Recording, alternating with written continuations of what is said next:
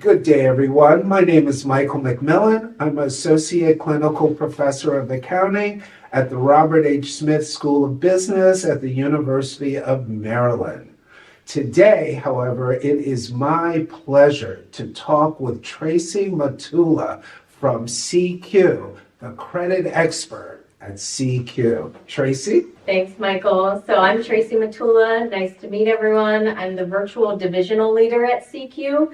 So what that means is I run the virtual channel, anything virtual related, virtual financial center, a lot of things that touch on our website. But what me and my team do is really talk to our members and help them build credit, learn about credit. What are some things that we can do to help them improve overall or just get them started off on the right foot? So tell me, how can students build their credit? Very slowly, I will say. Building credit, you want to start as early as possible. We get started on the right foot. Some of the things that you can do are start off with lower credit cards. There's a lot of banks and credit unions that offer student credit cards, student lines of credit. That'll really help build their credit slowly.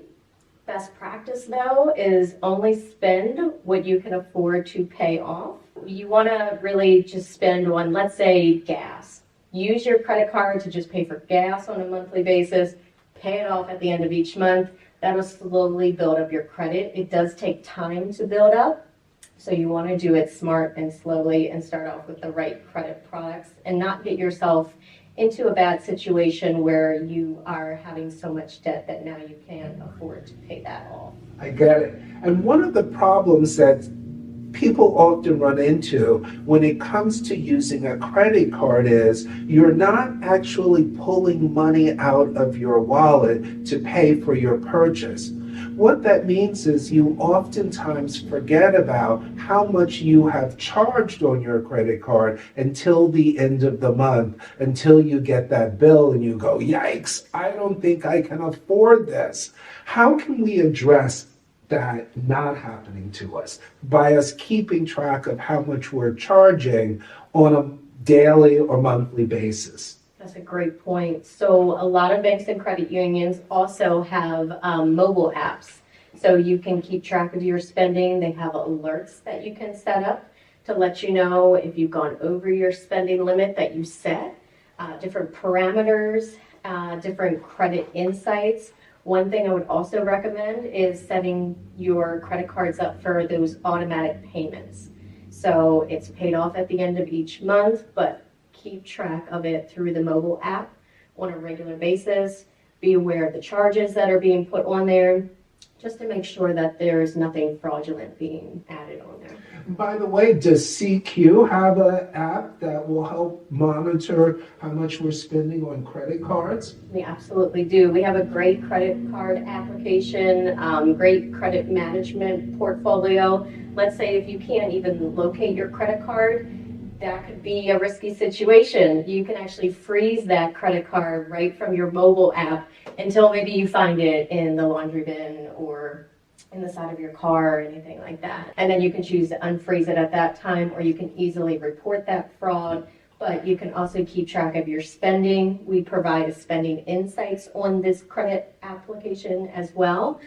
So you can kind of see where your money is going and make sure that you're trying to keep the limit down as much as possible. We started talking about building credit. What does building credit mean? And is that related to your credit score? Absolutely. So credit, my father told me, is one of the most important things that you can have in your life. Your credit is almost like your reputation. It is. It's the way that lenders can tell how risky or unrisky you will be to lend money to. So your credit is, it gives you a credit score, which is a 3-digit number, and the higher the score, the less risky you are. So if you have a higher credit score, you'll most likely be approved for different loans and lines, auto loans down the road, a mortgage, and you'll also save money because you'll get a lower interest rate because of that.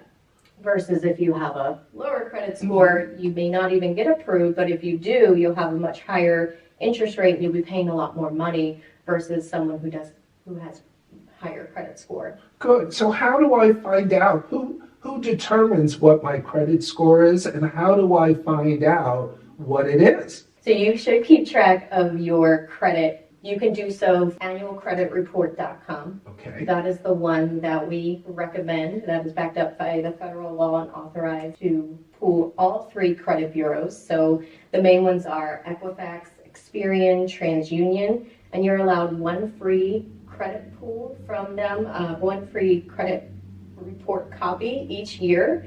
So I highly recommend doing that. Every couple of months, pulling a different report. You want to make sure that you know what's on your credit report. Sometimes misinformation gets kind of mixed up. It happened to me actually on one of the reports, and if I didn't catch it in time, it really could have caused a domino effect very negatively. But I was able to get that rectified because I reviewed my credit report. You want to make sure everything's accurate on there. And biggest thing is to make up your credit score. It's 35% of it is your payment history. So making sure that you are paying everything on a timely manner. There are some companies that do grace periods, pay your bills on time. If you can't afford to pay those bills, then you shouldn't be taking those bills out and borrowing those funds. Payment history is a big one to make sure that you do have a higher credit score, as well as credit utilization. Those are the top 2. You want to make sure that that's around 30%. Explain to us what credit utilization is. Sure. So it's the ratio of your credit card balances to their limits. Okay. So essentially, you don't want to be maxed to your limit. If you have a $3,000 credit card limit, you don't want to have a balance carried up $2,800, let's say. You want to keep that around the 30%. That's a really good ratio to boost your credit score and get you a really good credit line. What are some of the biggest mistakes that people, students in particular, make when it comes time to using a credit card? I will say overspending more than they can afford to pay back, not paying attention to when the payments are due, resulting in late payments. And like I said, that is the biggest no-no. That's really going to hurt your credit. It's going to stay on there for 7 years. That bad payment history, those delinquencies. So you want to make sure that you pay everything on time. Usually the minimum payments for a small line would be anywhere between $20 to $35 a month.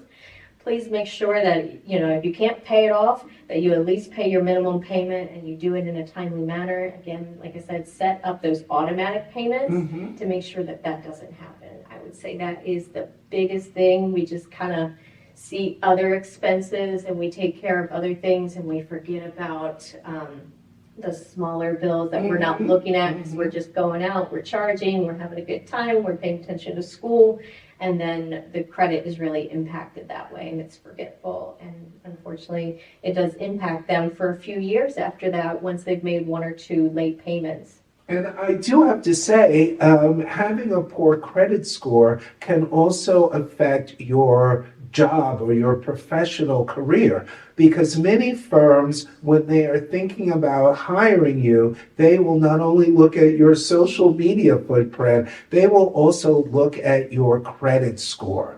And although your credit score may not have anything directly to do with your job or this potential job, a poor credit score reflects something negative about you, about your being irresponsible, about your not being able to fulfill all of those duties, such as paying your bills on time, that you should. So an employer may think twice about hiring you if you have a poor credit score. So it's very, very important that you do everything possible to maintain or build that credit score as high as possible.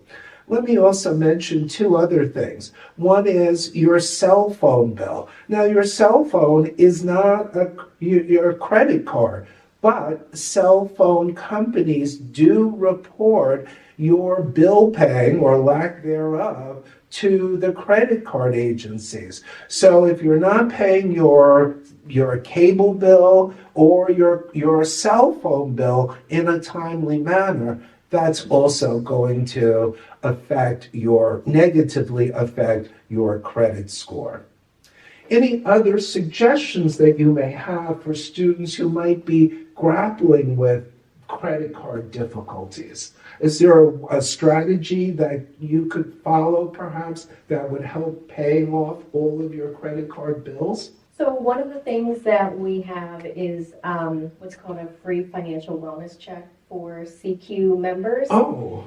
And this is something that we love to promote. So it doesn't matter if you're just getting started or if you're well established or you're trying to rebuild. We take a look and understand your short-term, long-term goals, understand what the credit picture looks like, and provide steps, guidance, budgeting, insights around what you could do to pay off those credit cards or whatever else like your goals are if you're trying to save up for a certain amount of like a larger purchase, down payment for a house.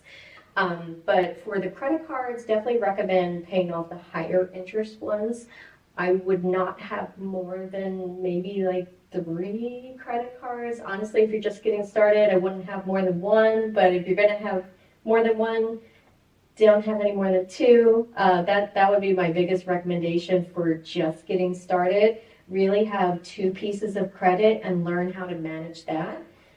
Pay that off on a regular basis and work to, if you can't pay it off in full, start paying down on the higher interest one first, add a little bit more funds to that one, and then just work on the monthly payment for that. And I really like that you brought up also about the work being, that could impact your credit. Yes. As well as negatively impacting your credit for the cell phone. It's also for rent. So if you want to get out of mom and dad's house, you're not able to buy a house, but renters will do credit pulls. Oh, yes. And you will get charged more money If per they don't month. even rent to you at all, yes. Exactly. Yes. Yeah, so if you have a lower credit score, they will charge you more per month. And if you have a higher credit score, you will get charged less per month. Mm-hmm. So you can save money there as well. So in essence, credit is as important as any other personality trait, characteristic that you have. It is imperative to your financial health as well as your personal financial success that you learn to manage your credit carefully and confidently. Anything else you'd like to add? Really just want to promote the financial wellness checks. Yes. Those are free for our members. So would I just come in or do I have to make an appointment? How does this work? Either way, so Okay. you can walk into one of our financial centers, schedule an appointment. We also have a virtual financial center. You can go right to our website and access them, either walking into our open lobby, so meeting with someone during our hours that we're open. You can schedule the appointment. It's free financial wellness checkup. It's so important that you do that, just like you go to the doctor every year to get, physical checkup. You want to make sure that financially you and your family are in a good place. This isn't something that's taught within the school systems these Right. days, so it's really important just to make sure that you're on the right track.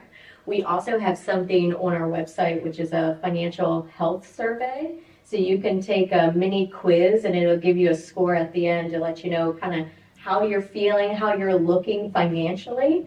And then it'll offer you to schedule, no matter what the range is, it'll offer you to schedule an appointment with somebody from my team or out in the financial centers for the financial wellness checkup. Start off with this. Definitely do a financial wellness checkup. As Tracy said, do yourself a favor. You go for a doctor's checkup, go and have a financial wellness checkup. It's probably the best gift that you can give yourself once you graduate and before you start working.